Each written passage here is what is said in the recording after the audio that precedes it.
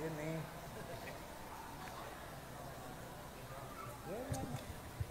Ya ngadepnya ke sini daripada lihat ikan ya. Bismillahirrahmanirrahim. Assalamualaikum warahmatullahi wabarakatuh.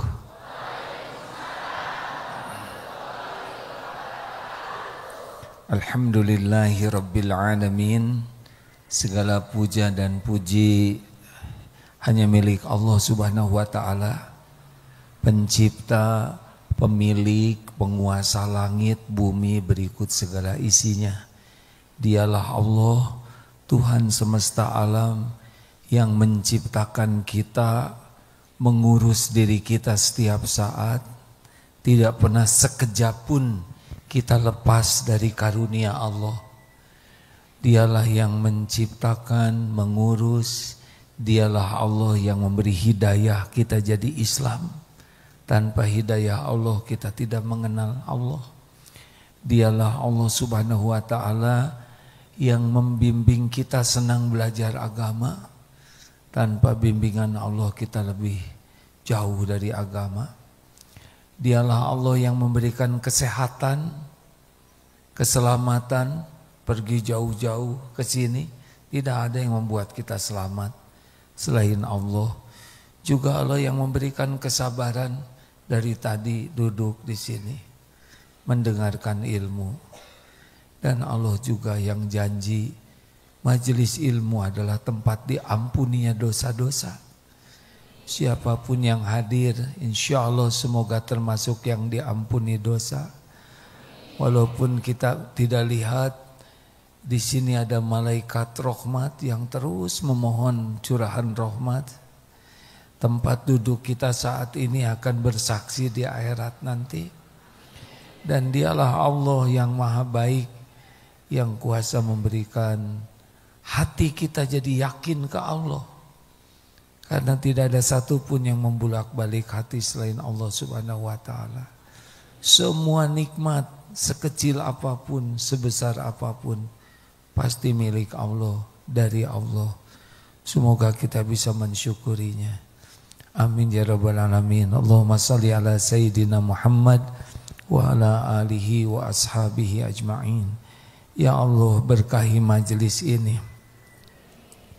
Karuniakan kepada kami hati yang ikhlas dalam beramal. Limpahi kami dengan ilmu yang manfaat. Tuntun agar kami bisa mengamalkan dengan ikhlas dan istiqomah. Jadikan kami menjadi bukti indahnya agamamu ya Allah. Jalan hidayah bagi saudara kami lainnya. Ya Allah, lindungi pertemuan ini dari niat yang salah, dari ilmu yang tidak manfaat, dari doa yang tidak diijabah, dari amal yang tidak engkau terima. Taqabbal minna ya arhamar rahimin. Amin. Apa kabar hadirin?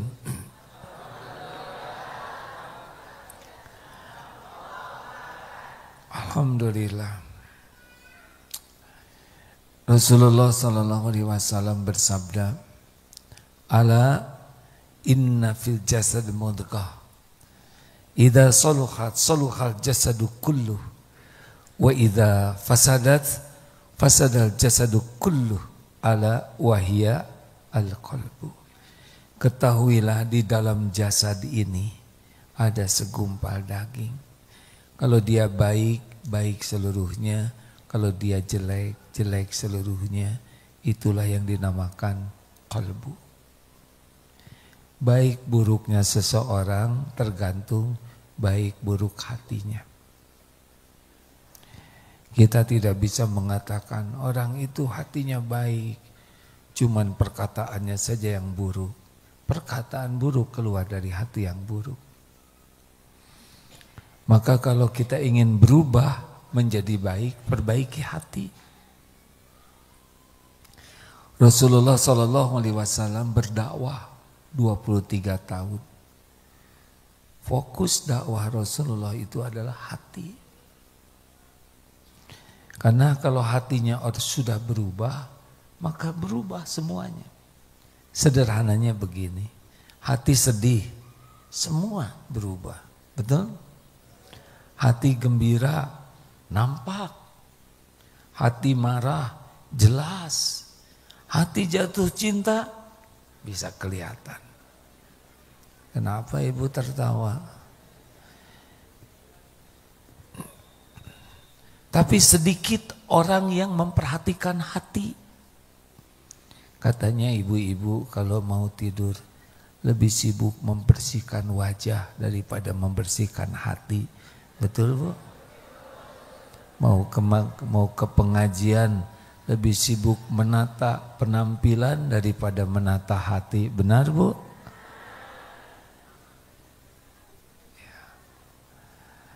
Hati dibagi 3. 1, kolbun mayit, orang yang hatinya mati, tidak berfungsi. Dia jasadnya manusia, tapi perilakunya bisa jauh lebih buruk dari binatang. Manusia-manusia keji yang sudah tidak punya hati nurani. Kemarin kita dengar ada yang memutilasi pakai pisau dapur itu. Seperti itulah kurang lebih. Mengingkari kebenaran. Nauzubillah. Yang kedua, kolbun marid. Orang yang hatinya sakit. Sudah tahu ciri orang yang hatinya sakit? Kalau badan sakit enak tidak?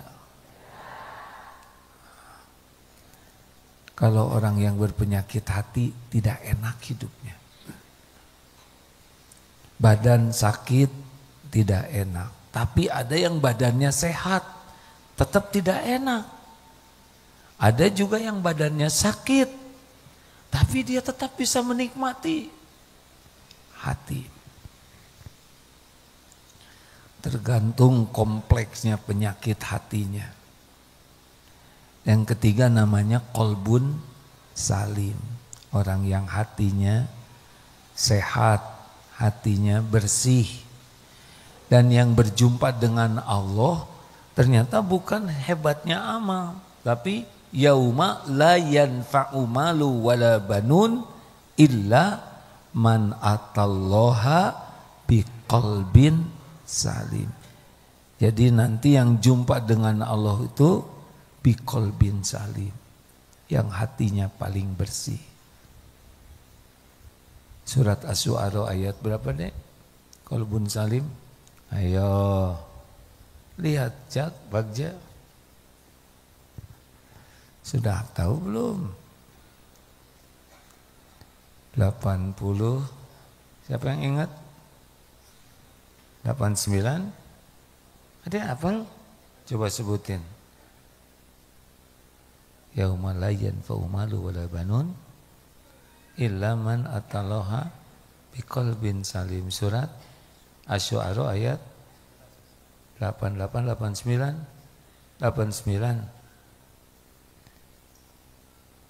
Ini pasti tawadu semuanya ya. Allah nyindir kita nih Pak. Langsung semua yang di belakangnya kedip-kedip. Baik Ibu Bapak, kita yang mana kira-kira nih? Kolbun mayit, kolbun marid, kolbun salim. Oh, ibu-ibu kolbun salim. Saya lupa.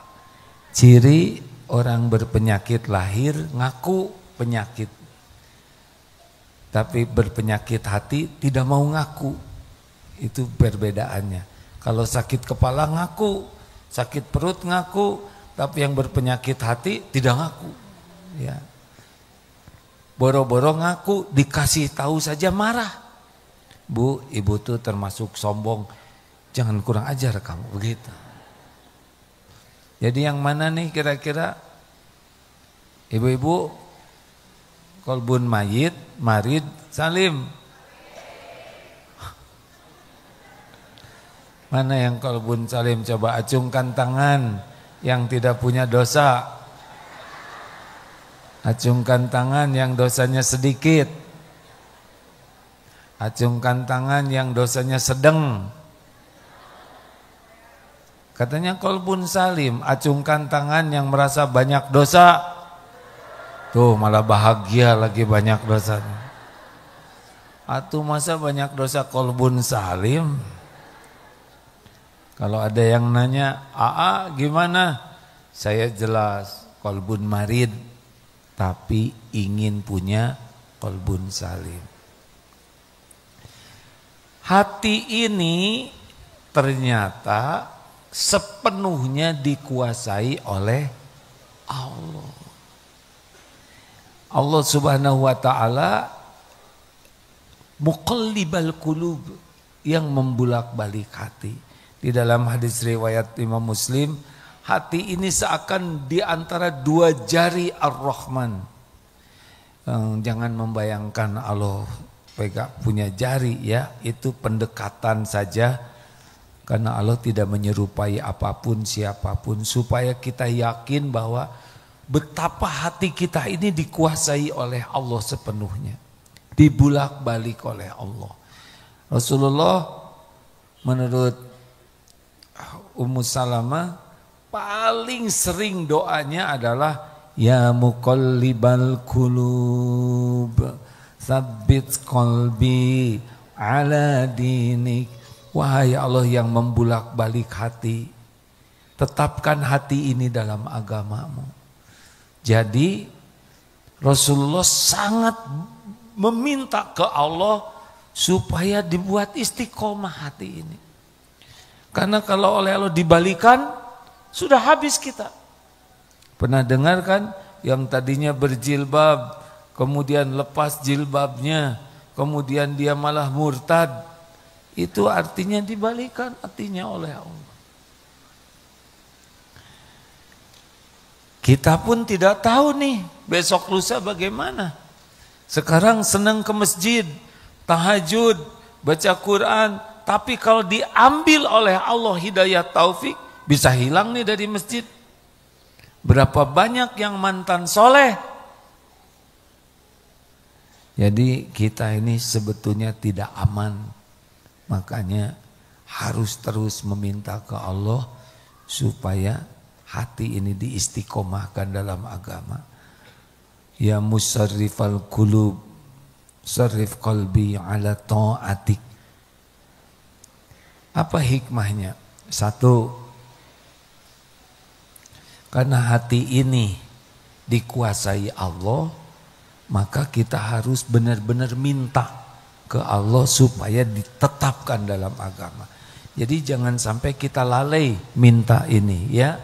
Ya muqallibal qulub, wahai yang membulak-balik hati, tsabbit qalbi ala dinik, dengan penuh keyakinan. Karena kalau dicabut habis. Rabbana la tuzigh qulubana ba'da idz hadaitana wa hab lana min ladunka rahmah innaka antal wahhab. Ini supaya tidak dicabut sesudah Allah memberi hidayah. Ini bukan perkara sederhana hadirin. Kalau dicabut kita nggak akan ke pengajian lagi. Kalau dicabut kita tidak sholat nih. Kalau dicabut kita bisa jadi ahli maksiat. Kita bisa begini karena Allah yang nolong. Makanya diberikan nikmat seperti ini, jangan sampai kita nganggap remeh. Karena kalau Allah cabut, hancur bisa su'ul khotimah. Pernah dengar yang membunuh Ali bin Abi Thalib radhiyallahu anhu juga orang yang membaca Quran, hafiz Quran, guru Quran, tapi oleh Allah dicabut nikmat yakin ke Allah, malah jadi pembunuh. Nauzubillahi min dzalik. Satu itu. Yang kedua,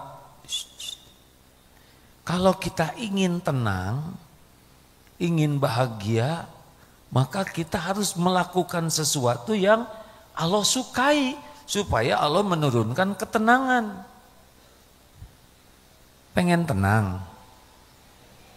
Kayak kurang pengen ini. Pengen bahagia tidak? Siapa yang bisa ngasih bahagia? Allah. Jadi nggak ada bahagia dari uang, kedudukan, pangkat, jabatan, tas bagus, gelar, popularitas. Tidak, tidak. Jangan sangka yang ngetop itu bahagia. Enggak. Bahagia itu hanya ada pada iman dan amal soleh. Jadi kalau kita ingin dibahagiakan oleh Allah, ya fokuslah bagaimana hati ini nambah yakin dan bagaimana setiap waktu sebisa mungkin jadi amal soleh. Itu bahagia. Jadi sederhana gini-gini ya. Siapa yang bisa bikin kita bahagia? Nah, dengar nih. Mana yang bisa bikin kita bahagia? Baca Quran atau sibuk dengan medsos yang macam-macam itu? Kan? Nafsu sukanya kita baca Quran atau lihat yang sia-sia dan maksiat? Allah sukanya kita baca Quran atau yang sia-sia dan maksiat? Sepertinya sibuk dengan yang lucu-lucu, sibuk dengan hiburan, bekal bahagia. Aslinya tidak. Bahagia asli itu ditanamkan oleh Allah kalau kita senang baca Quran dengan ikhlas. Makanya Bu, mau bahagia tuh tidak ribet. Habis tahajud, baca Quran aja. Berapa lembar lah ya. Dengan ikhlas, sedih-sedih baca Quran. Sebut aja begini, ya Allah, saya baca Quran, semoga Engkau ridho. Baca bukan untuk diposting. Allah melihat tidak kita baca Quran? Lihat tidak? Allah lihat tidak kita baca Quran? Senang tidak Allah kira-kira? Cus, tenang. Tidak ribet Bu. Untuk bahagia itu karena Allah ngeliatin kita setiap saat. Wa huwa ma'akum aynama kuntum wallahu bima ta'maluna basyir. Dan dia Allah bersamamu dimanapun engkau berada. Dan Allah maha melihat apapun yang engkau kerjakan. Jadi mudah sebetulnya untuk sukai semata-mata mencari ridho Allah. Di sana bahagia. Cus nanti Allah simpen di hati kita. Coba sederhananya ya. Mana nih yang kira-kira bekal bahagia? Senyum atau cemberut? Nah, cemberut wae. Allah suka kita senyum atau cemberut? Rasulullah SAW lebih senang senyum atau cemberut? Mau bahagia? Senyum atuh. Kenapa kita tidak mau senyum? Kita senyum hanya ketika lihat kotak infak. Karena senyum itu sedekah.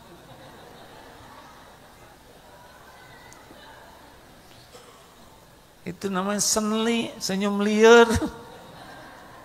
Hei hadirin, mana kira-kira yang disukai Allah? Berburuk sangka atau berbaik sangka? Tinggal baik sangka aja. Suami belum pulang, oh mungkin macet, oh mungkin melakukan. Kemana wae yo si eta? Ibu buruk sangka, rasakan, pasti dibuat galau oleh Allah hatinya. Benar? WA belum dibalas. Ibu terlalu cepat baik sangkanya. WA belum dibalas. Contreng biru 2. Di atas ON line. Coba. Rasakan nanti. Ini somse. Udah dibaca nggak balas, sombong benar. Buruk sangka. Coba berbaik sangka. Oh, mungkin sedang melakukan kesibukan sehingga belum sempat balas. Enggak, dia biasanya ngebales. Mungkin sudah balas, cuma lupa pijit sennya. Gak mungkin dia tidak pelupa. Mungkin sudah dipijit, tapi kuotanya habis. Cari 1001 alasan berbaik sangka, rasakan hatinya. Benar?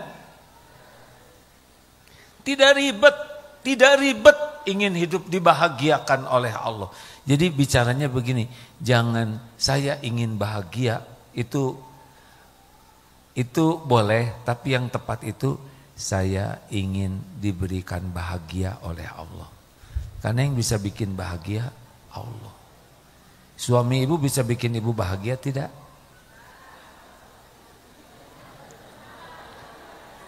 Kan yang menjengkelkan ibu siapa?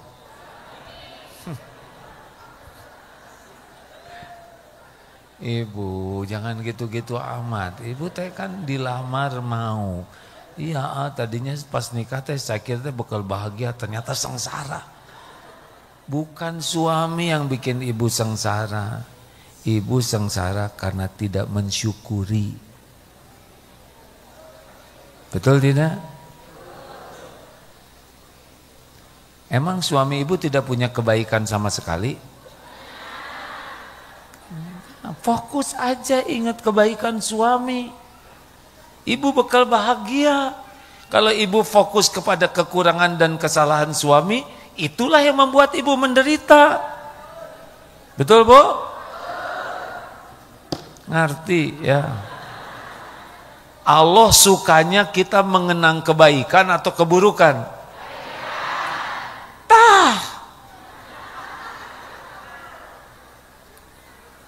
Lihat suami, misal bagi yang punya suami, udah tua juga hidup, betul tidak?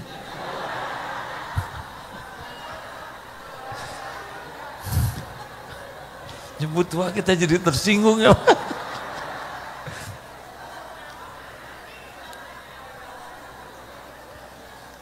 Syukuri. Pokoknya kalau kita mau bahagia, sederhana, cukup lakukan apa yang Allah sukai dengan ikhlas, turun oleh Allah bahagia. Enggak ribet. Coba amalkan Al-Hujurat ayat 11-12 ya, di antaranya.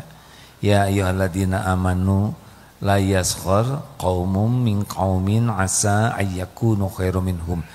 Wahai orang yang beriman, jangan satu kaum mengolok-olok, mengejek kaum yang lain. Coba, mengejek bahagia atau tidak? Jangan suka saling mencela. Mencela bahagia tidak? Enggak bahagia. Makanan kayak gitu dimakan. Ini makanan ini udah basi, lihat wajahnya aja. Jangan memanggil gelaran buruk. Hei betekok sini. Gak enak. Hai Humairo. Nggak ada nyebut monyet. Nggak mungkin monyet begitu kan. Udah mau bahagia, jauhi saling mengejek, jauhi mencela, jauhi memanggil panggilan yang buruk. Karena itu larangan. Jauhi buruk sangka. Ingin bahagia, husnuzon aja. Misalkan janji pengajian jam 9, ternyata jam 9:04 belum datang, husnuzon. Siapa tahu di jalan macet, siapa tahu lagi nolong orang, mungkin bannya meletus, cari dari naon ya teh, janji jam 9 be. Nah, wajahnya aja nggak enak. Berbaik sangka, pas udah datang jam 9:30, ibu dari mana? Maaf ya ketiduran.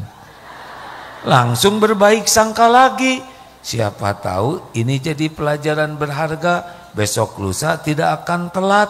Selalu berbaik sangka kepada orang beriman, enak. Baik sangka kepada Allah lebih enak. Takdir apapun Allah maha baik, pasti baik, tidak mungkin Allah berbuat jelek. Tapi ini saya difitnah, ada kebaikan di sini. Allah tidak pernah menakdirkan zolim ke hambanya. Baik sangka. Wala tajassasu, jangan nyari-nyari aib orang. Mau bahagia? Udah nggak usah ribet ingin tahu. Tetangga beli mobil biarin. Kayaknya menyicil saya teh. Gak mungkin pertuanya. Tetangga bawa tas baru, itu pinjam dari besan. Apa-apaan?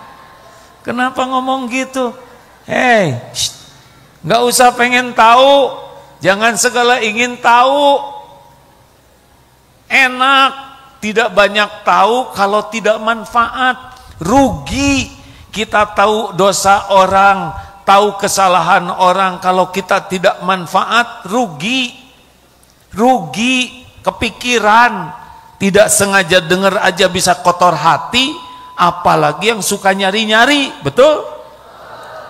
Bu, mau bahagia? Nggak usah. Apa tuh kepo?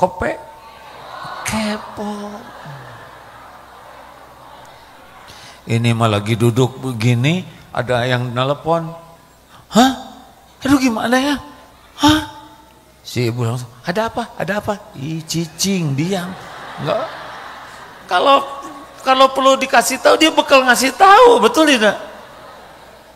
Diam Jangan segala pengen tahu, jangan segala menyelidiki, jangan segala dipikirkan. Halo? Mau bahagia tidak? Wala tajassasu.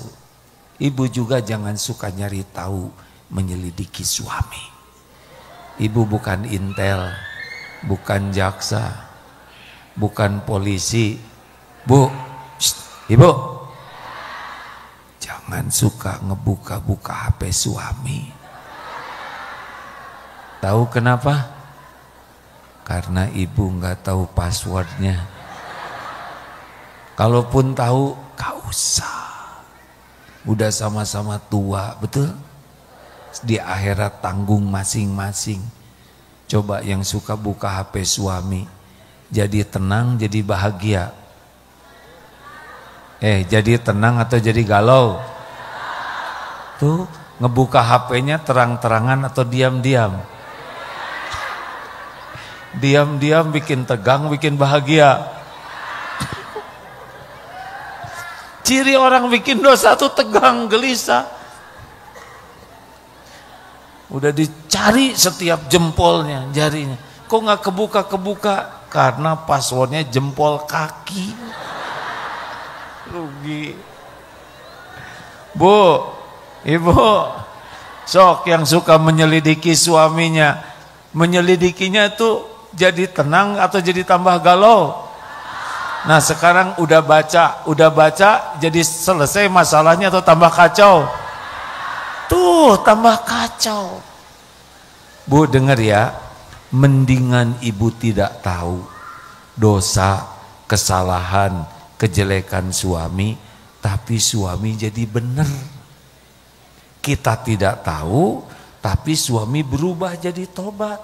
Daripada ibu tahu, tetap ngaco. Tambah ngaco, mau apa? Di akhirat itu masing-masing ditimbangnya. Dosa suami mah enggak bahaya. Yang bahaya tuh dosa diri sendiri. Wah, baru kepikir. Bicara aja baik-baik. Ya. Iya. Lelaki juga. Tapi kita memang punya kewajiban yang berbeda dengan istri karena kita kepala keluarga. Kalau kita benar-benar berbaik sangka dan kita akan tahu, itu nanti kita bakal tahu, Pak. Karena yang membuka, menutup aib itu Allah. Kita berbaik sangka, tapi Allah menghendaki kita tahu. Nanti ada jalannya kita tahu tanpa harus menyelidiki. Astagfirullah. Menyelidiki. Jadi tidak usah ribet. Kalau kita akan jadi baik dengan tahu, kita akan tahu. Ada jalannya tahu. Mudah bagi Allah. Tidak ada rahasia. Allah melihat segalanya. tutup, buka, itu adalah pekerjaan Allah Subhanahu wa ta'ala. Mati-matian ditutup, kalau Allah mau buka, kebuka.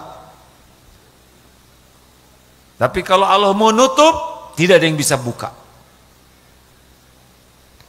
Makanya aib kita juga nggak usah diceritakan. Ada seorang artis yang hijrah, nangis. Karena sekarang sudah berjilbab. Nah, tayangan waktu yang dulunya itu masih ada. Beliau berat sekali. Beliau sudah telepon minta supaya jangan ditayangkan. Tapi terus tayang. Bagaimana caranya? Tobat. Minta ampun. Karena yang membulak-balik hati adalah Allah. Kalau Allah menghendaki itu tayangan tidak ada, dibalikan hati orang itu tidak mau menayangkan. Makanya kalau kita punya aib dan dosa, nggak bisa kita jagoan ngebohong, tidak bisa. Mati-matian berstrategi ngebohong. Enggak, kalau Allah mau buka, kebuka. Satu-satunya adalah tobat. Jangan suka ngebuka aib orang lain. Karena membuka aib orang lain sama dengan menantang aib kita dibuka oleh Allah. Tutup aib orang lain. Kalau kita tahu, tutup, jadi kuburan.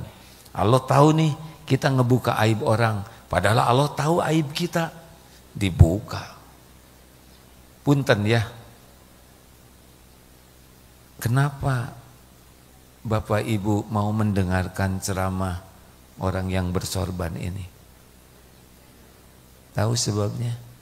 Sebab Allah yang maha tahu segalanya masih menutupi aib, dosa, kekurangan, kesalahan orang ini.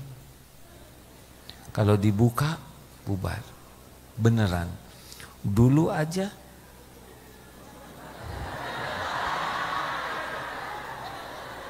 gak mau ngungkit-ngungkit.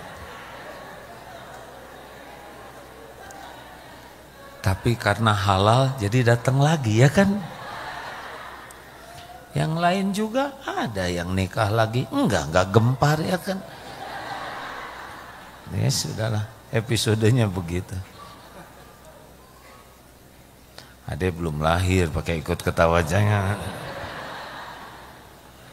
Jadi kita harus jaga supaya kita tidak diambil hidayah taufiknya.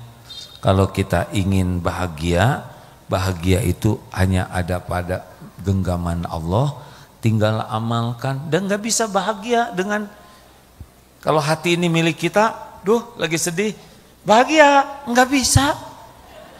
Gak bisa Bu, lagi sedih, bahagia ya, teng, enggak. Lagi cemas, jernih, enggak juga, enggak bisa ini, hati ini enggak bisa nih, betul tidak? Hati kita di luar kita, apalagi hati orang lain. Shh, Bu, Pak, Ibu enggak bisa ngebulak-balik hati suami, suami enggak bisa ngebulak-balik hati istri, orang tua enggak bisa ngebulak-balik hati anak, anak enggak bisa ngebulak-balik hati orang tua. Ini yang lagi dakwah enggak bisa ngebulak-balik hati jamaahnya. Saya enggak bisa, tahu juga enggak hatinya di mana kayak apa, ya ngebulak-baliknya bagaimana. Jadi apa yang bisa saya lakukan? Enggak bisa. Saya enggak bisa menyolehkan siapapun. Ini banyak santri yang dititipkan ke pesantren ini ribuan. Gimana nyolehkan santri? Saya aja nyolehkan diri sendiri susah. Jadi gimana dong? Kita terus meminta ke Allah. Jadi nggak usah pakai nasihat yang dramatis berlebihan. Anak-anak, Bapa menginginkan kalian menjadi anak bertakwa, menjadi manusia seutuhnya sesuai dengan Undang-Undang Dasar 45 dan preambul. Bapak, anak-anak udah tahu modal bapaknya, ya enggak? Pak, Nggak usah kebanyakan nasihatin istri. Bukan tidak boleh menasehati. Istri udah tahu modal bapak, kurang efek pak. Bener kan bu? Gitu. Dari wajahnya aja menjiwai itu. Jadi gimana dong bapak supaya istrinya bisa lebih nurut, lebih baik? Caranya adalah bapak harus yakin yang ngebulak-balik hati istri adalah Allah. Kita jadi lelaki yang disukai Allah. Berbuatlah yang terbaik bagi keluarganya, karena bukan nasihat yang membulak-balik. Kalau mau nasihat, nasihatin diri sendiri dulu. Ingin istri ramah, kita yang ramah sama istri. Ingin istri tidak bawel, kita jangan bawel. Ingin istri tidak ngungkit-ngungkit, kita tidak ngungkit-ngungkit. Ingin istri senyum, kita yang senyum. Saya sudah tapi tetap bawel, berarti nasib bapak.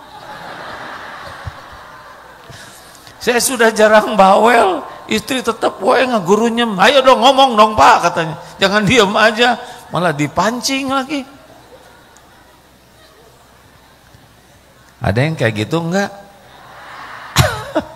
Tenang pak, berarti itu penggugur dosa.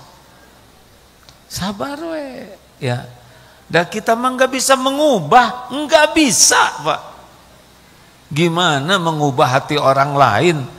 Diri sendiri aja susah, betul tidak? Jadi nggak usah pakai marah-marah di rumah tuh, tenang aja. Misal bapak dicemburuin, padahal bapak tidak melakukan kesalahan, dicurigai, tenang Ya Allah, engkau tahu saya tidak seperti yang disangkakan oleh istri, tapi ini curiga terus ke saya. Ya udah. Apa? Ngobrol sama siapa? Sama Allah, Bu. Ngadu lagi ke Allah, ngadu lagi ke Allah. Sekarang Allah aja dicemburuin, Pak. Tenang we. Allah kan tahu, betul tidak? Kalau bapaknya tenang, sabar, Allah lihat tidak bapak tenang. Allah tahu tidak bapak sabar. Allah tahu tidak bapak memaafkan istri. Allah suka tidak? Jawab. Apa sulitnya bagi Allah membuat istri jadi segan kepada suami? Daripada suami rewel di sadawai, mana kapan mah? Kata istri, si papa, ini bagian saya yang rewel. Nah, jadi itu turuti. Jangan, tenang saja. Kita tidak bisa membulak-balik hati. Perbaiki diri, perbanyak tobat, karena boleh jadi di rumah rewel tuh karena dosa kita. Jadi contoh yang baik, bicara secukupnya, doa yang banyak. Allah yang ngebulak. Tapi kok udah 10 tahun gak robah? Terus saja, semuanya pahalanya ada kok. Tidak harus berubah seperti yang kita inginkan. Tetap semuanya dicatat oleh Allah. Semuanya ada balasannya. Cuma ada waktunya. Jelas. Ini mah urusan dengan lelaki, Bu. Tapi terserah, sok aja Ibu ya. Bu, Ibu ingin suaminya soleh? Saya tuh ingin suami saya tuh soleh, hafiz Quran, akhlakul karimah, duitnya melimpah, seneng. Tapi kan yang seperti itu nggak mau sama ibu. Ibu terima yang ada. Bu,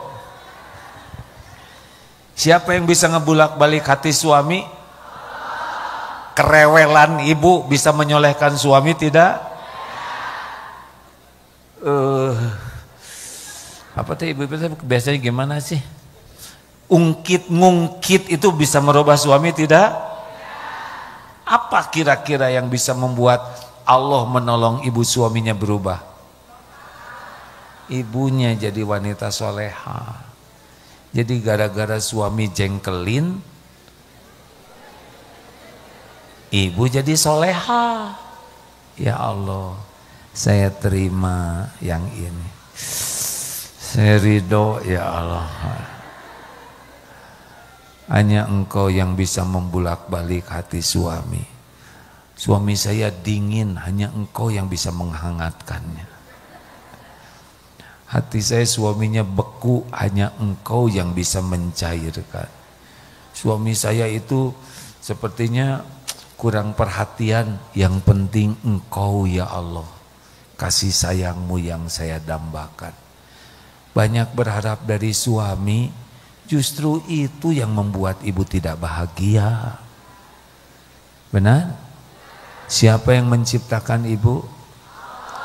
Yang menghidupkan ibu-ibu siapa? Yang memberi rezeki setiap saat, yang menutupi dosa dan aib, yang bisa memberikan ketenangan siapa? Yang bisa ngasih pahala siapa? Yang punya sorga siapa? Tuh, suami nggak disebut sepatah kata pun juga. Mau ngapain ibu ingat suami habis-habisan? Ibu,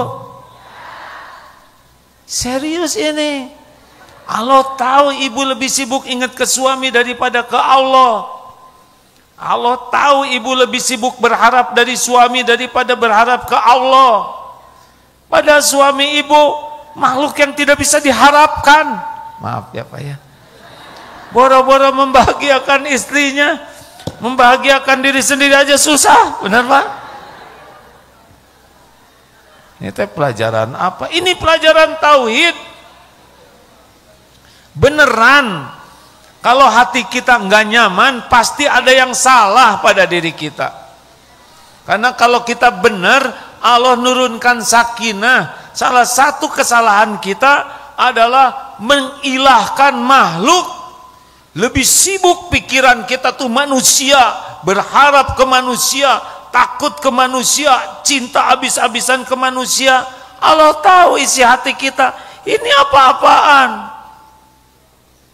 Sedikit aja ingat suami sebentar, ya udah, ya Allah ampuni suami saya. Hari ini bete, judes, nggak nyapa, engkau lah ampuni, sayangi. Nah, yang penting engkau ridho ya Allah. Kelamaan ingat manusia itu penyakit.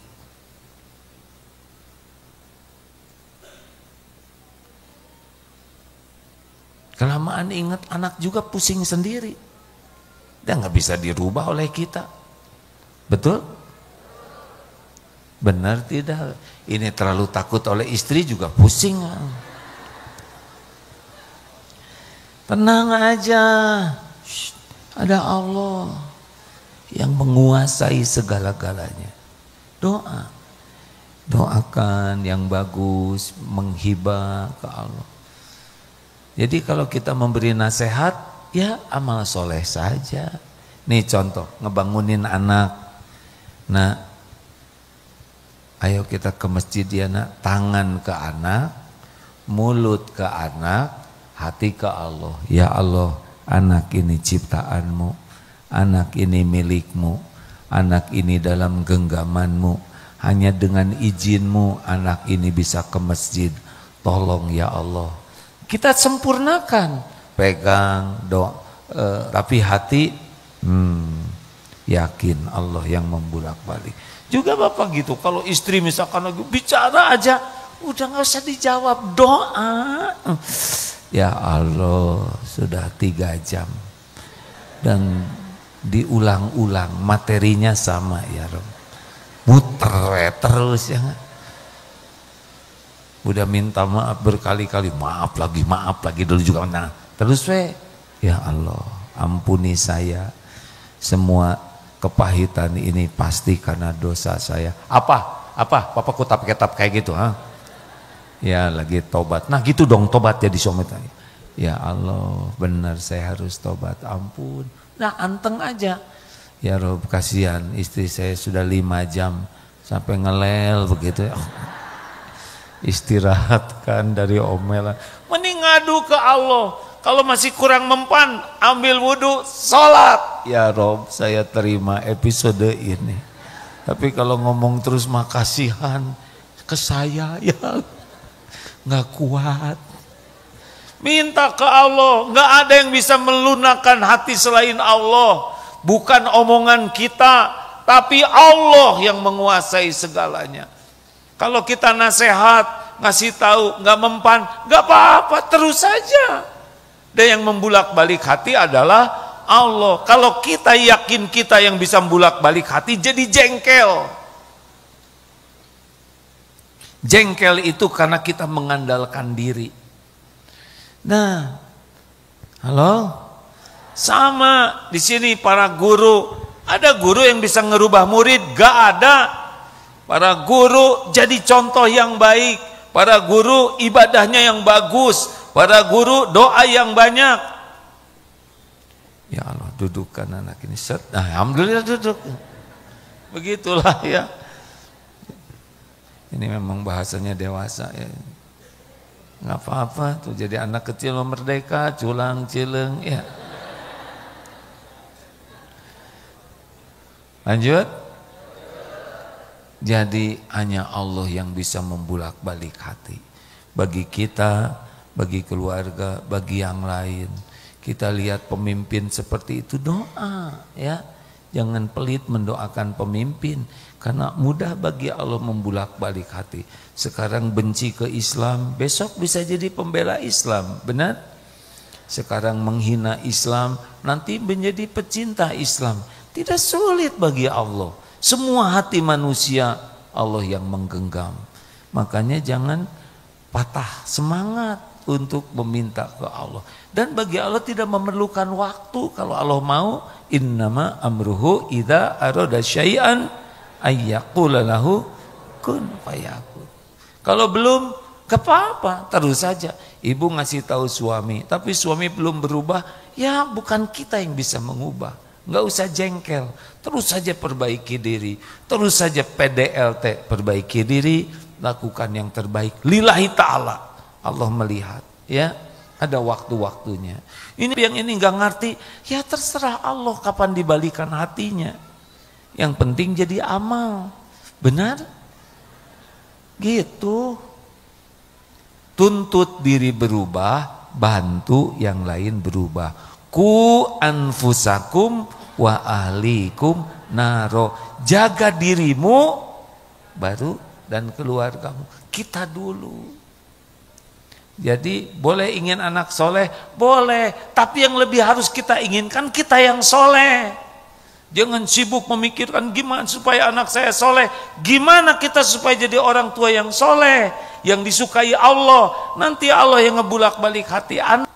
Kita jadi contoh, nasihat itu ibadah, doa itu ibadah. Yang menentukan Allah. Kapan waktunya Allah yang menentukan. Tidak harus sekarang ini harus berubah. Ya idealnya gitu, tapi ya sabarlah. Kalau belum berubah bagaimana? Tobat kitanya. Siapa tahu banyak dosa yang menghalangi terkabulnya doa kita. Jelas hadirin? Ya, ada pertanyaan silakan. Pas jam 11. Ibu mau nanya. Silakan. Boleh dibantu panitia? Ya, kalau lebih gesit lebih bagus. Kalau kita yakin Allah yang membulak-balik hati, tidak terlalu jengkel, tidak mudah jengkel. Ya, petugasnya mungkin sudah lebih terlatih ya harusnya. Ya Bu. Bismillahirrahmanirrahim. Assalamualaikum warahmatullahi wabarakatuh. Waalaikumsalam. Maaf Pak, mau nanya. Kenalkan nama saya Nok Badriah dari Bekasi. Yang akan saya tanyakan yaitu apa sih ciri-ciri orang yang sudah memiliki qalbun salim? Itu saja. Sebenarnya ada dua sih. Bagaimana kita untuk meningkatkan hati kita itu biar kita mempunyai hati yang bersih, nggak dengki, nggak iri, nggak julid, nggak Jennifer daya. Jennifer. Ya. Itu saja. Hatur nuhun. Assalamualaikum warahmatullahi wabarakatuh. Jadi intinya tergantung goalnya Bu. Kayak memanah sasarannya apa. Kalau ibu memang ingin bahagia, maka bahagia itu hanya ada pada iman dan amal soleh. Fokus aja. Tiap waktu melakukan yang bisa membuat iman kita meningkat, belajar, amalkan. Dan tiap waktu usahakan hanya melakukan yang Allah sukai. Belajar agama, amalkan. Dapat ilmu sedekah, sedekah. Dapat ilmu menahan marah, jangan marah. Dapat ilmu senyum, senyum. Gitu. Jadi nggak ribet, Bu. Masalahnya kita tuh dua. Satu, kurang paham agama. Jadi nggak belajar, jadi nggak tahu harus bagaimana. Ada yang nyangka marah-marah itu wibawa. Enggak, marah-marah itu ciri orang yang lemah. Ada yang nyangka saya sakit hati, waduh keren. Enggak, itu teh orang yang liur ya. Enggak akan saya kasih, saya akan mendidik dia. Enggak begitu. Rasul mah kalau ada yang minta kasih. Nah, kita kurang paham. Ada yang rajin ke pengajian tapi belum tentu berusaha paham, hanya baru seneng dengar. Jatuhnya tahu, dari tahu ke bisa itu ngejomplang, Bu. Duduk begini ya, tapi nggak dipegang. Nanti pulang saya mau ngamalin ini. Wah, ayat ini penting nih. Saya akan baca lagi. Saya akan baca tafsirnya. Kebanyakan mah enggak. Udah beres aja. Enggak ngepek. Makanya yang sering terjadi perubahan itu adalah seragamnya. Ya, Bu, ya. Karena belajarnya baru sampai tingkat seneng dengar, bukan paham. Itu masalahnya, Bu. Jadi belum tentu nih pulang dari sini punya target. Saya target tidak akan marah-marah. Saya mau memaafkan. Udah nggak usah kebanyakan targetnya. 3 aja pulang dari sini amalkan. Saya tidak akan banyak bicara. Cek, pegang. Ingat ya ibu-ibu, saya mulai hari ini tidak akan banyak bicara. Karena buat apa banyak bicara? Saya sudah dengar, banyak bicara itu akan banyak tergelincir hati dan kata-kata. Aman kalau tidak bicara. Makanya saya tidak bicara kan. Terus saya ngomong. Jangan marah-marah. La taghdab walakal jannah. Sambil marah. Sabar dong nak. Sabar dong nak. Innallaha ma'as sabirin, tahu? Ya, nyuruh sabar sambil tidak sabar. Nah, yang kedua, Bu, Ibu kalau mau harus punya program mujahadah.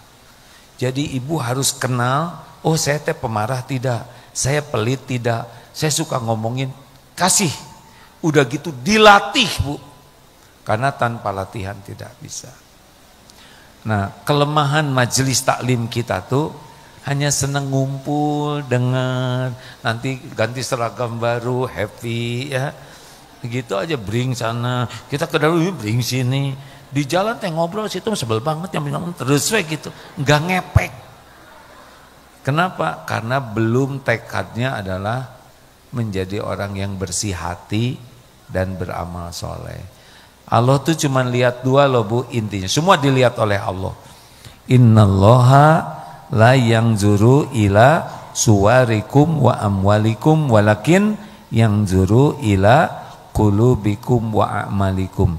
Sesungguhnya Allah tidak lihat rupa dan hartamu, tapi Allah melihat hati dan amalmu. Apa sekarang yang paling bisa ngerem dari semua keburukan? Zikrullah.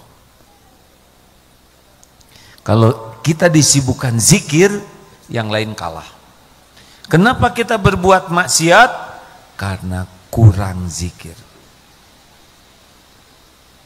Itu ibu mau riadohnya sekarang zikir yang banyak. Subhanallah walhamdulillah wala ilaha illallah wallahu akbar.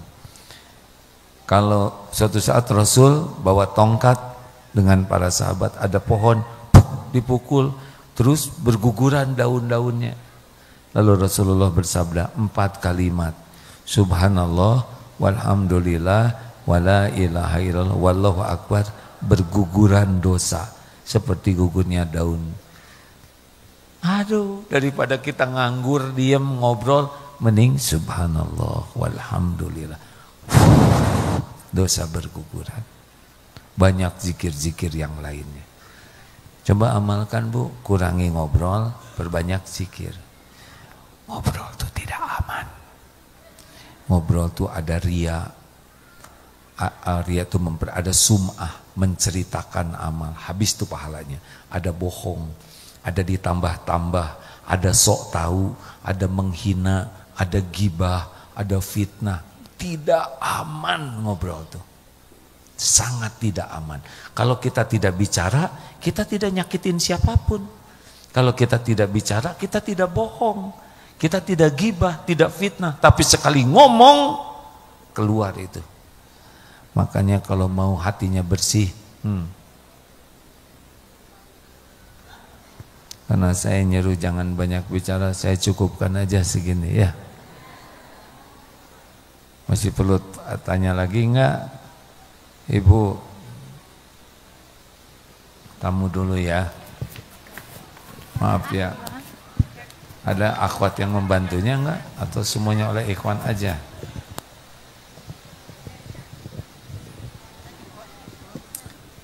Terima kasih kepada semua tamu. Di sini itu sekolahnya mulai dari PAUD yang di Eko 1 ini. PAUD, TK ada nggak di sini? TK, SD, ada SMP, SMA, SMK, dan apa lagi? STAI. Tapi kampus Sekolah Tinggi Agama Islam di Geger Kalong. Di sini ada PDF. PDF itu calon ulama SMP SMA-nya. Kemudian ada Baitul Quran, tapi di sini khusus laki-laki. Kecuali TK dan SD ya. Kalau yang akhwat ada di Geger Kalong. Insya Allah di sebelah sana, di seberang jalan sudah terbeli juga kapling yang nanti akan dibangun pesantren khusus untuk muslimah. Jadi nanti dipindahkan dari Geger Kalong ke sini karena di Geger Kalong sudah kurang kondusif untuk belajar, terlalu rame. Nanti dibawa ke sini lebih sepi gitu. Insya Allah. Tanggal 28 kita akan meresmikan masjid di Eko Pesantren 2 di atas sini ya, ada 3 km dari sini. Bisa datang malam Jumat, kajian di Darut Tauhid, itikafnya di sini. Sehingga Jumat pagi kita akan jalan ke atas bersama-sama ya, 3 km sedikit lah ya, cuman 1 jam kalau kuat ya. Ya Bu. Bismillah, Assalamualaikum, izin bertanya. Silakan. Mohon maaf, bagaimana cara kita untuk bisa tetap terus belajar sabar dan ikhlas agar hati kita bisa tetap istiqomah menjaga akidah kita? Kadang ya, mohon maaf, jujur suka terlintas rasa kecewa, rasa sedih walaupun sesaat gitu ya. Dan bagaimana cara memaafkan orang yang berkali-kali berbohong kepada kita, terutama itu orang dekat. Makasih. Baik. Hidup ini sepenuhnya adalah ujian. Ingat, hidup dunia ini yang pertama, dunia ini tempat mampir sebentar, enggak lama. 2, sepenuhnya adalah ujian. Yang ketiga, dunia ini adalah tempat berbekal pulang. Begitulah. Jadi enggak ada di dunia enak terus, enggak ada. Itu juga ujian. Ada yang baik, ada yang gak baik, ada yang menghormati, ada yang ngebohong, ada yang ngasih, ada yang nyolong. Inilah dunia. Jadi jangan aneh ya. Nah, gimana caranya? Yang membuat ringannya ujian hidup kalau kita fokusnya jadi bekal akhirat. Yang jadi berat itu kalau fokusnya duniawi. Contoh ya, orang pinjam uang ke kita, gak dipulangin. Pasti sakit itu kalau ngitung duniawi, benar? Tapi kalau udah, oh ya untung saya bagian ngasih pinjem bukan bagian ngutang, alhamdulillah, berarti selama dia belum mulangin ada pahala sedekah. Kita doakan supaya dimampukan, semoga ini jadi pahala di akhirat. Kalau udah ingat hitungan akhirat, dunia jadi ringan. Contoh kita dihina atau orang ngomong jelek, itu kan penggugur dosa kita. Kita banyak dosa. Kenapa ada orang yang bersikap jelek? Sangat boleh jadi itu karena dosa kita. Mungkin pernah nyakitin anak, nyakitin tetangga, nyakitin tukang sayur. Sekarang dapat balasannya lewat seseorang. Kalau kita istighfar, jadilah penggugur dosa. Jadi tidak ada kejadian yang tidak enak, yang menyakitkan, capek, sedih, galau, walau tertusuk duri, illa kafarallahu biha min qataya, kecuali Allah menghapuskan kesalahan-kesalahannya. Nah, kalau kita ingat ke makhluk, sakit hati. Tapi kalau ingat ini penggugur dosa, ini pengangkat derajat, ini jadi jalan pahala, kita akan sabar. Jadi udahlah, makhluk itu cuma jadi jalan. Bapak kan, walau gunung kan kudaki, lautan ku seberangi demi dirimu. Jelebet nikah. Siapa yang bikin pusing bapak-bapak? Si Eta, ya kan? Rencananya bahagia. Bahagia itu bukan dari istri, dari suami. Bahagia itu kalau kita kuat iman dan berumah tangga, diniatkan jadi amal soleh, baru bahagia. Cari suami sempurna nggak akan ada. Ini ada ya, bapak-bapak umur 90 tahun. Udah mau menikah, udah mau meninggal, nggak mau menikah. Kenapa bapak nggak menikah? Sebetulnya saya pengen, saya juga berusaha. Tapi enggak, kenapa? Karena saya cari wanita yang sempurna. Terus kata yang nanya, ini manusia semuanya 8 miliar. 4 miliar laki-laki, 4 miliar perempuan. Masa sih Pak, dari 4 miliar Bapak tidak menemukan satu aja yang sempurna? Saya sudah menemukannya. Satu yang menurut saya sempurna. Terus kenapa Bapak nggak nikah sama dia? Masalahnya dia nyari lelaki sempurna kan. Dia mengerti? Jadi liur dua nana. Kita mah terima, kelebihannya disyukuri, kekurangannya disabari dan dibantu perbaiki. Semuanya ladang amal, gak ada yang sempurna. Wah, kita nggak mau dengan ini. Apakah nanti kalau nikah lagi langsung bahagia? Enggak, sama aja. Ini ada seorang bapak-bapak udah nikah, pisah, nikah, pisah. Kayaknya yang baru juga ini saya harus pisah lagi. Saya udah pusing nih. Emang kalau bapak pisah nikah lagi bakal bahagia? Enggak Pak, masalahnya sama bapak. Gitu. Mikir. Jadi memang harus akhirat tujuannya. Kalau hanya pengen dunia mah udah. Pengen disayang orang tuh dapat penderitaan. Pengen disayang Allah bahagia. Pengen dikasih orang itu menderita. Pengen dipuji orang itu bikin sengsara. Bu, ibu, khusyuan mana? Sholat atau dandan? Ya udah, itu yang bikin ibu sengsara, ya kan?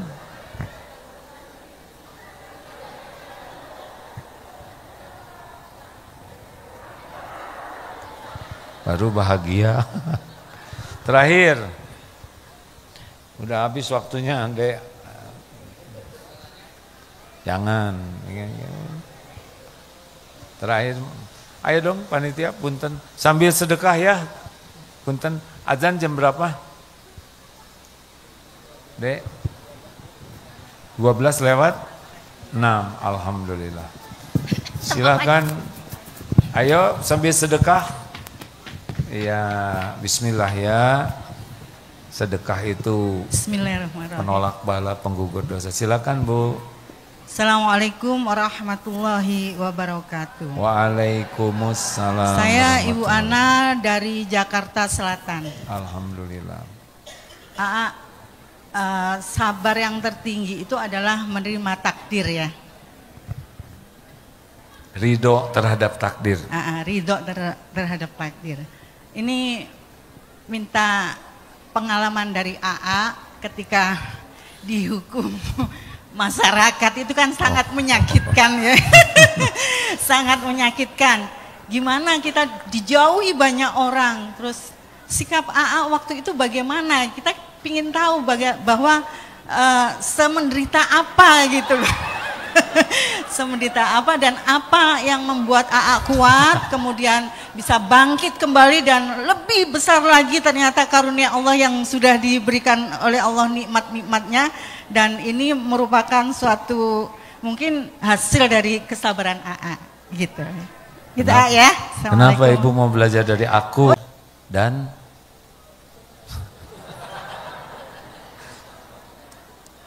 mau tahu rahasianya Bu? Jadi memang ujiannya waktu itu tidak nyangka saya juga bekal begitu dikenal orang waktu itu ya. Adik-adik yang lahirnya belakangan telat kayak gitu nggak tahu apa-apa ya, udah diam-diam. Nah, Aki tahu kan? Iya, saya juga kena getahnya katanya. Bayangkan waktu itu ya, dari mulai dikenal orang tuh 2008 lah. Mulai ke TV tuh 2009, 2000, terus sampai hampir di tiap TV ada. Undangan tuh kayak apa, udahlah. Tidak siap semuanya, tidak siap. Saya sangat tidak siap. Keluarga tidak siap. Teman-teman DT tidak siap. Menjadi, begitulah ujiannya ya. Uang begitu mudah. Karena sekali ke TV teh Bu, zaman itu semenit dikasih rezekinya 5 juta. Semenit itu, ini udah berapa menitnya? Tiap TV, apalagi menjelang Ramadan, 25 juta kali 30, 750. Belum lagi acara apa, indahnya kebersamaan, 150 juta tuh cuman gitu-gitu aja. Ada Agim yang jadi presenter, 45 itu. Duit diuji oleh Allah, dimudahkan. Mudah sekali dapat uang itu. Hanya dengan ya begitulah. Tapi Allah Maha tahu. Saya juga tidak tahu kemana itu uang. Padahal banyak. Ketika sudah 2006, 2007 tuh wah udah bentok. Jelebetlah takdir Agim nikah lagi. Wah. Saya mikir orang lain aja nikah lagi nggak apa-apa. Kenapa giliran saya segitu hebohnya enggak? Sampai media luar negeri juga. Ya emang udah begitu garisnya. Dari mulai dipuji langsung berubah. Nah ada seorang ulama yang mengatakan AA tidak akan keluar saripati ketauhidan seorang ulama kecuali mengalami ilmu kelapa. Satu, kelapa itu bekal dijatuhkan dari ketinggian. Tidak ada yang jatuh pelan, melayang, enggak.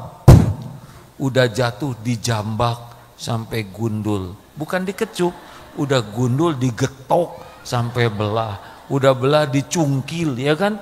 Udah dicungkil disisit, udah mulus diparut, udah diparut. Baru katanya tauhidnya. Hah? Baru mulai itu teh Pak. Terus saya bagaimana menghadapinya? Qadarullah ada ulama yang memberitahu, Allah sayang ke AA. Allah tahu waktu AA populer itu menuhankan popularitas, menuhankan uang. Banyak yang tidak lagi menuhankan Allah.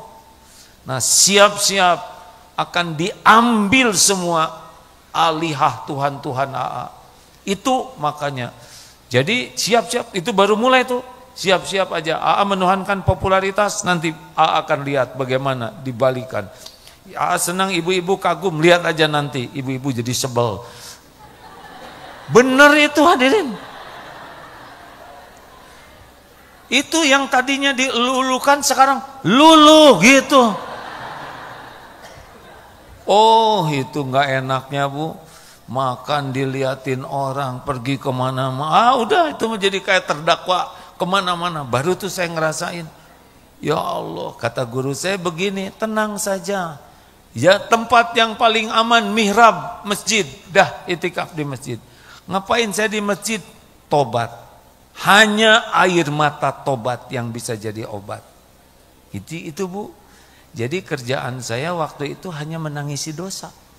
Biarin, nggak apa-apa, yang terjadi nggak ada masalah, ya nggak ada bahayanya. Bahayanya tuh cuma satu, tidak bisa menangisi dosa. Jadi setiap penghujung malam tuh diusahakan nangis. Dari mana? Dari mulai balik diperiksa terus, meriksa dosa terus sampai di panggung di mana semuanya kena dosa banyak sekali. Gak usah pikirkan, nanti dunia bakal dikasih lagi oleh Allah, tapi nanti tidak ada rasanya. Kata guru saya gitu dulu. Gak usah pikirkan, demi Allah benar Bu. Saya juga tidak mengerti kenapa sekolah jadi, santri berbondong-bondong. Ya beginilah semuanya tumbuh sampai di Australia, di Palestina, di berbagai tempat. Yang kepikir juga enggak. Perusahaan juga pada hidup lagi, yang udah pada mati itu ya.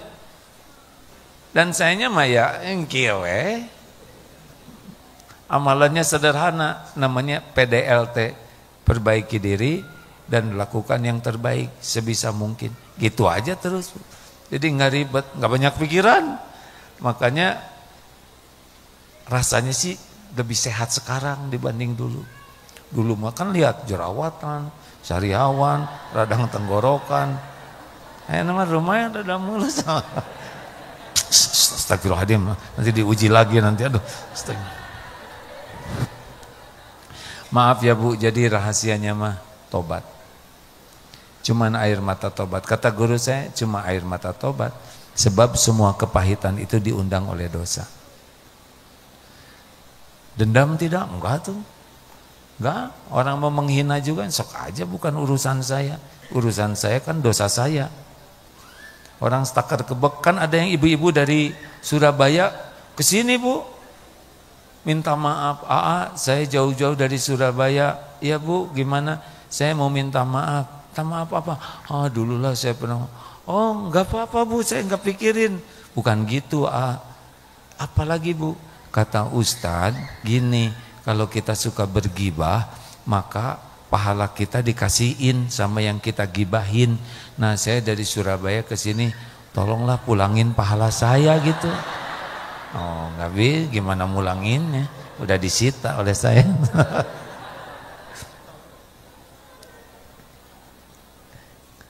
Nggak usah pusing lah dengan orang mau ngomong apa aja, sok aja. Jadi resepnya sederhana. Jangan fokus kepada yang di luar kendali kita.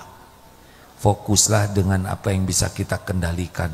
Omongan orang, pikiran orang, perasaan orang itu di luar kendali kita. Fokus saja dengan yang bisa kita kendalikan. Tinggal berikan aja yang terbaik. Tapi dia ngomong jelek, ya gak apa-apa, kita ngomong baik aja. Tapi dia pelit, ya gak apa-apa, kita aja yang ngasih. Tapi dia nggak mau senyum, lah kan bibir kita yang ini, ngapain mikirin bibir orang? Tinggal kita senyum, enak. Ceritanya gitu, aslinya sih tidak sesederhana itu Bu, perjuangan, bonyok, liur, sedih, malu ya. Tapi itu hanya beberapa tahun awal aja. Ketika dijelaskan oleh guru seperti itu ya udah. Dan gak nyangka lah di dunia ini bakal dikasih seperti ini lagi. Masya Allah, gak kebayang. Terima kasih hadirin sekalian, saya mohon maaf, ini Allah mendengarkan, saya khawatir sekali cerita ini berlebihan, ada ujubnya, ada riaknya. Gak bisa enggak lah, kalau bicara tuh selalu ada lintasan-lintasan hati yang ria, ujub, kadang sombong, astagfirullah. Enggak, udah habis waktunya Bu, saya mau istirahat. Ibu mau nanya apa? Masa ngacungnya begini-begini Bu? Ayah wahai ibu-ibu tanya. Ya Bu, silakan Bu.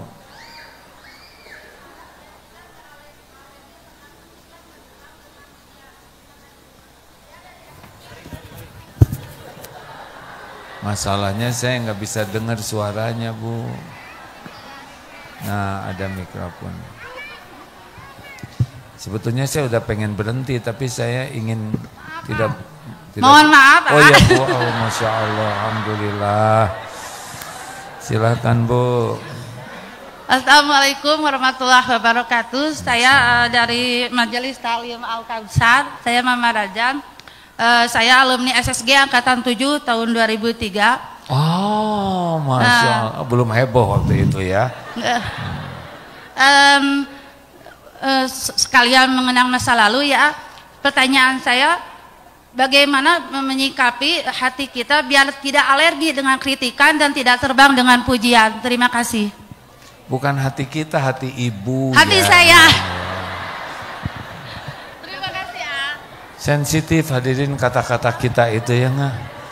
Misalkan gini kan pertanyaan gimana ya kalau di rumah kita, kita malam-malam terus kita bangun, apa ini hadirin ya? Kita itu jadi saya ke bawah ya kan? Ini anak kita gimana? Kok mau fitnah itu. Jadi gimana supaya hatinya, apa tadi pertanyaannya teh? Alergi lah.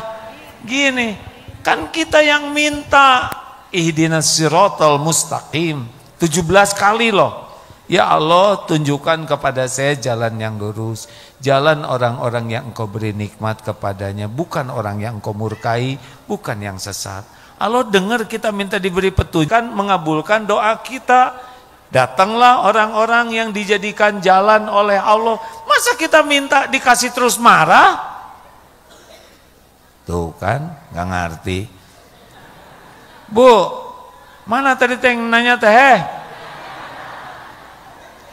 Ibu kan minta diberi petunjuk oleh Allah. Bu, Ya. terus sekarang oleh Allah dikabulkan. Ya dikabulkan, petunjukkan lewat siapa saja. Terus kenapa ibu marah? Jelaskan coba.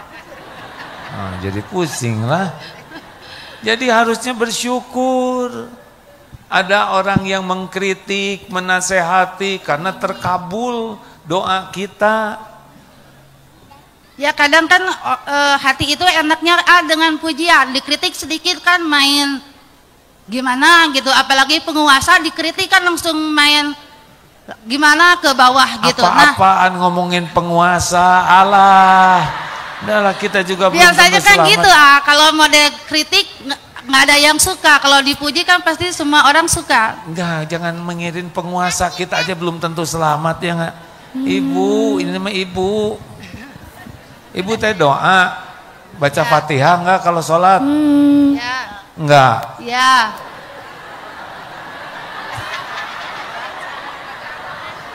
Emang hidup ini ujian pisan ada. Itu kumaha ibu lah. Ibu terlucu pisan. Ibu baca Fatihah enggak? Baca tuh tiap sholat. Tahu artinya enggak? Ya. Enggak. Artinya teh ibu tuh minta ke Allah diberi tuntunan, petunjuk. Nah sekarang Allah mengabulkan lewat berbagai cara. Ada yang nasihatinya enak, ada yang agak pedas, ada yang menyesek. Nah kalau isinya benar itu terkabul. Caranya enggak enak itu penggugur dosa. Jaba ibu dapat masukan, jaba ibu dapat penggugur dosa. Harusnya berterima kasih. Jelas bu? Jadi ibu teh pengennya gimana atuh? Syukur ibu. Kalau ibu punya suami yang suka ngeritik terus, bagus.